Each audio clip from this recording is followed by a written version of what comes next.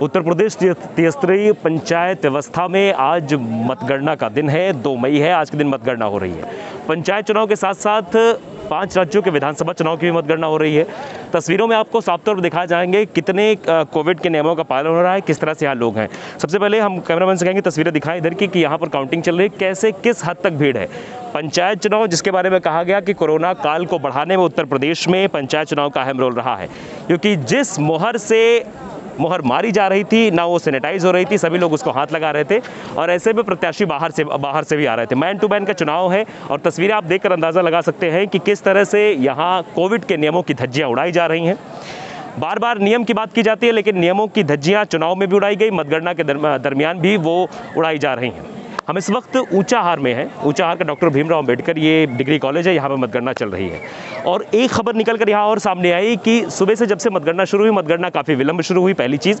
दूसरी, मतगणना होने के बाद ये स्थितियाँ नजर आई कि प्रमाण पत्र लेने के लिए अभी भी प्रत्याशी परेशान है। उनको इस बात की जानकारी अभी तक नहीं हो पाई है कि वो जीते हैं या हारे हैं, और जीते हैं तो कितने वोटों जीते हैं। उनके जो एजेंट थे वो इन्हें इस बात की जानकारी दे, लेकिन आधिकारिक तौर पर उनके पास जानकारी नहीं है। इस बारे में हमने डीएम साहब से बात करने की कोशिश की तो डीएम साहब ने साफ तौर पर कहा कि ऐसा कुछ नहीं है, प्रमाण पत्र दिए जाने चाहिए। कोविड के नियमों को देखते हुए भीड़ ना लगे, कुछ मैन पावर की कमी जरूर है, इसलिए प्रमाण पत्र देने में विलंब हो रहा है। डीएम साहब का ये था। आरओ से बात करने की कोशिश की तो आरओ ने साफ तौर पे ये कहा कि अभी थोड़ी देर में प्रमाण पत्र देने की व्यवस्था चालू की जाएगी, लेकिन ये भी कहा जा रहा है उनके द्वारा कि पहले हम ये तय करेंगे कि कितने लोग जीते हैं, उनका अनाउंस हम खुद करेंगे।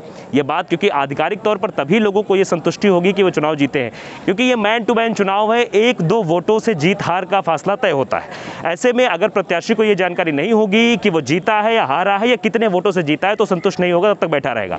अगर कोरोना के नियमों का पालन वाकई में किया जा रहा है तो उन प्रत्याशियों को प्रांगण में क्यों रुकने दिया जा रहा है? वो रुके इसलिए है कि उनको जानकारी नहीं है। जब तक वो जानकारी नहीं प्राप्त कर लेंगे कितने वोटों से जीते हैं, क्या हुआ है, तब तक वो यहाँ रुके रहेंगे। इससे भीड़ और बढ़ेगी।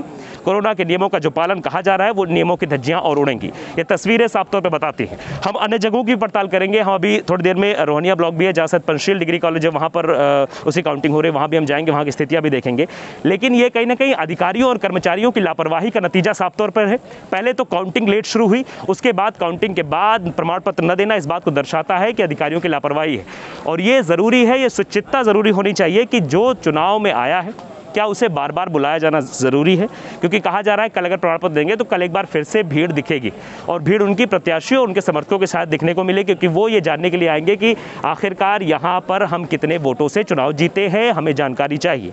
तो प्रमाण पत्र ना देना ये भी कहीं ना कहीं कोविड के नियमों की धज्जियाँ ही उड़ाना है। तो ये ज़रूरी है कि ये जानकारी और ये सुचिंता सबको परिपूर्ण कराई जाए। फिलहाल ये तस्वीरें आप देखकर अंदाज़ा लगा सकते हैं कितना कोरोना है और कितना कोरोना का भय है, क्योंकि जिस तरह से दिल्ली में लॉकडाउन 1 हफ्ते के लिए फिर से बढ़ा दिया गया और उत्तर प्रदेश में भी 3 दिनों को लॉकडाउन कर दिया गया, लेकिन उसके बाद भी लोग समझने को तैयार नहीं, शायद अधिकारी भी समझने को तैयार नहीं, कर्मचारी भी समझने को तैयार नहीं कि कितनी भयावह ये बीमारी है, कितनी बड़ी महामारी है। और ये सबसे बड़ा सवाल लगातार मैं पूछना चाहता हूँ सरकारों से, उन सरकारों से चुनाव कराने के लिए सबसे आश्वस्त रहती है, सबसे आगे रहती है, चाहे वो 5 राज्यों के विधानसभा चुनाव की बात हो, चाहे उत्तर प्रदेश के त्रिस्तरीय पंचायत चुनाव की व्यवस्था हो। इसमें भी सरकार ने अपना पल्ला झाड़ लिया। सीएम योगी आदित्यनाथ ने पहले 4 दिन पहले हाईकोर्ट में याचिका दायर की थी चुनाव रद्द कराया जाए, ये सिर्फ अपना पल्ला झाड़ने के लिए, क्योंकि 3 दिन में चुनाव रद्द कराना चुनाव आयोग की बस की बात नहीं। हाईकोर्ट ने भी साफ तौर पर याचिका रद्द कर दी थी, चुनाव हुआ और चुनाव की मतगणना आज हो रही है। चुनाव ने कोरोना को आगे बढ़ाया और मतगणना कितना कोरोना को आगे ले जाएगी आप सब देखेंगे तस्वीरें।